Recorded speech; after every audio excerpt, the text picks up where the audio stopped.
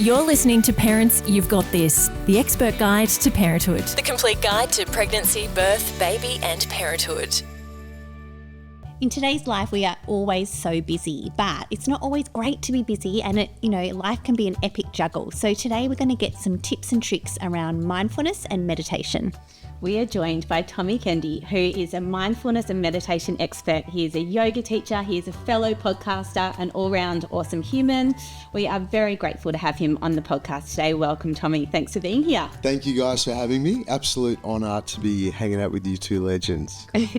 So, Tommy, I think, when you think about mindfulness and meditation, often these words get bandied about and, what is the difference between the two of them? Well, look, every human being is different and we've all got different stories, and I guess it all comes up with, where you come from, your childhood, all that type of stuff. But in essence, those two words, it's a much of a muchness. It's the same thing. Ultimately, all we're all trying to do is just come back to our centre.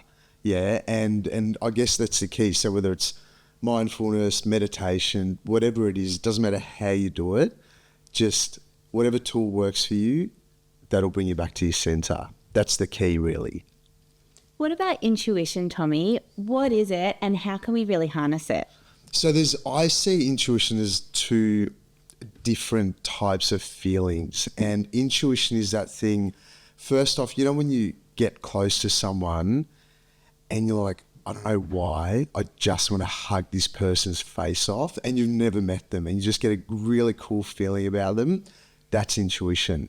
But also intuition is when you get near someone and something is telling you just like, no, something does not fit here, whether it's a person or a situation or a business idea, whatever it might be. So intuition is being able to tap into that real essence that we all have as human beings, which is our gut feel. But, I could talk about this forever because some people confuse their intuition for what their egoic nature is telling them. So it's a big difference, but if you're ever wondering how to strengthen that, the key is learn how to tap into that gut feel, that intuition. And how do we use that intuition and mindfulness to affect our everyday outlook? Well, look, the way, and this might sound a little bit harsh, but the way that I see a lot of humanity these days is we're just walking around like robots and we're going from one thing to the next, to the next, to the next. And we get to the end of the day and we go to sleep and we don't reflect. There's just no inner anything going on. And then we wake up and it's like, oh, all right, let's go do that again. And then and before you know it, you get to the end of your life, you're sick and you're unhealthy and you haven't even enjoyed your life. So in terms of understanding ourselves, that's the key, being able to understand ourselves and just coming back to who we truly are. And in my personal opinion, one of the most courageous things any human could do is follow their heart and follow their true calling.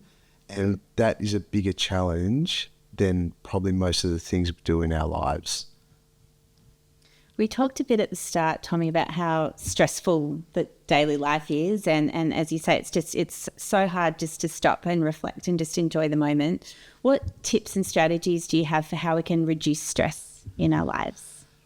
Well, the first port of call is what a lot of people try and do is they define themselves as stressed. And once you define yourself as stressed, then you define yourself as broken because you're not peaceful. And so what I find a lot of people do is they try and run from stress and run from anxiety.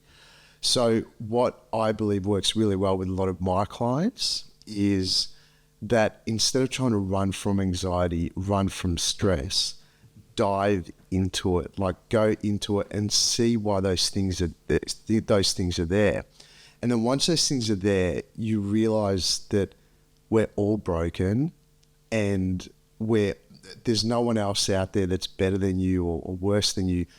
Every human being on this planet is broken. We're all flawed. And then once you realize that, then you can go, do you know what? I can move forward in life being broken and I'll follow my dreams. I'll follow my heart being a messed up human.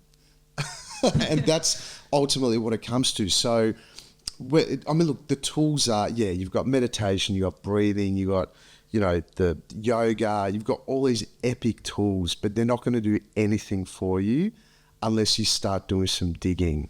And so, ultimately, the tool, you can take 10 deep breaths and immediately you're back to your true self. And it doesn't take much. You can jump in a cold shower. If you've never done that before, go jump in a cold shower as soon as you wake up. You'll be meeting yourself really, really quickly. But ultimately, you can find 100 tools on Google. You can literally Google right now, tools to, I don't know, whatever it is, relieve stress. All those tools will come up and most people go, oh yeah, that's all right, isn't it? All right, let's leave that for another day. But the key is actually committing to being your true and authentic self and living in your true and authentic nature. And that is what I believe is one of the most courageous things you could ever do. And I think we often, as you're talking about, have this negative self or opinion of ourselves and negative thoughts. How do you cultivate positive thoughts and a positive outlook? Look, obviously a lot of people know about, what are those things called? The people repeat affirmations. And, affirmations, I actually think do more harm than good, which is quite interesting because when you get up and you're like, I'm happy, or what, I'm beautiful, and what it stems from a negative place because it stems from, if I say these words, then I won't feel ugly, or then I won't feel fat, or in some miraculous way, I'm suddenly going to be skinny and beautiful, or whatever it is that is working for you, right? So ultimately, the way to cultivate positive thoughts is to really find what sings to your heart. And everyone knows what that is. And if you're too scared to dive in to your heart and what's actually there, then you've got no chance of having positive thoughts. So you've got to dive in to the actual energy, the vibration of positivity. Positive thoughts are just the start of the whole process. Ultimately, where you want to get to is to live in a positive vibration. When you talk about that, Tommy, do you mean that you delve into that through a practice of mindfulness and meditation? And if that's the case, then what are some of the other benefits that we might see as a result of daily practice? Daily practice is incredible, and daily practice is super important. Whatever your daily practice is, there's so many out there. But for example, for my daily practice, I have 2 musts, and one is cold water therapy. So whether it's a cold shower, I just believe that just knocks my face off, and I'm like, all right, I feel powerful after cold water. And the second one is breath work.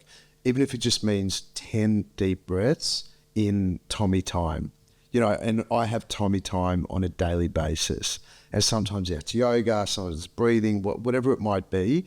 But if you have a daily must, everything changes because you start taking the responsibility back onto yourself. And instead of playing victim and blaming the rest of the world for the fact that you're not happy or you're not healthy or you're whatever, that quickly turns around. Because ultimately, once you take responsibility for your own happiness, your own joy, your own health, everything shifts and changes. Because you can't blame someone else when it's your responsibility. And I think you guys know that. Yeah. Yeah, and I think that's really true about parenting because your children pick up on how you're feeling and your vibes, and then suddenly their behaviour changes around it, and parenting can be really stressful. Do you have any simple meditation or breathing techniques that you want to share with everyone if they're having one of those parenting moments thinking, how am I going to cope? What do you suggest? Do you know what? I actually tried this a while ago. One of my first mentors said when a baby's crying or kids going nuts, to pick them up or get eye level with them, so you're not above or below, and match their tone with an om. And oh, wow. Yeah. And I tried this with a mate's little boy, screaming his head off. And it was sort of high-pitched or whatever. I just walked over and got head high. And I just went, oh,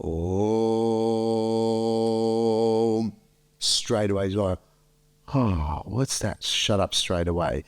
But obviously, if you've got many kids and whatnot, ultimately you have to find stability in discomfort. You have to find stability in uncomfort, you know? And the way to do that is and you don't have to take yourself so seriously. So many things shifted for me when I stopped taking myself so seriously. So even when everything's going wrong, or there's so much noise around, or, you know, they're doing this, they're doing that, everyone's just like, it's almost like everyone in the world is out to mess with your happiness. In those moments, you sit in it almost in a funny way and go, wow, this is actually happening around me, and bring joy to the moment and know that everything is impermanent. Everything is impermanent, whether it's good, whether it's bad, it's going to end at some point. And if you move through it in a way of, you know, be funny about it, you know, and sometimes that really relieves very quickly. Other than that, anytime, doesn't matter what's going on, doesn't matter where you are, how bad things are, you take 10 deep breaths. That's it. It takes 20 seconds, 10 deep breaths. You know, I mean, if you've got time, get your butt to a yoga class or go jump in the ocean. There's so many tools that we've got at our fingertips. So yeah, that's pretty much what I reckon anyway. I love that you've talked about, you know, in a way, our relationship with chaos and control, and how we can actually go back and do some really simple things to regain that control while the chaos is surrounding us. Yeah. You know, that cold shower, things that are so easy for parents to implement, things to try with their kids. Thank you so much, Tommy. It's been really fantastic getting your information out there to all our parents listening today. Well, absolute honour to hang with you guys. Thank you for getting me on. It's great. Well, hopefully you can take some of these tips and tricks on board and live a more mindfulness and peaceful life. You've been listening to the Expert Guide to Parenthood, and never forget, parents, you've got this.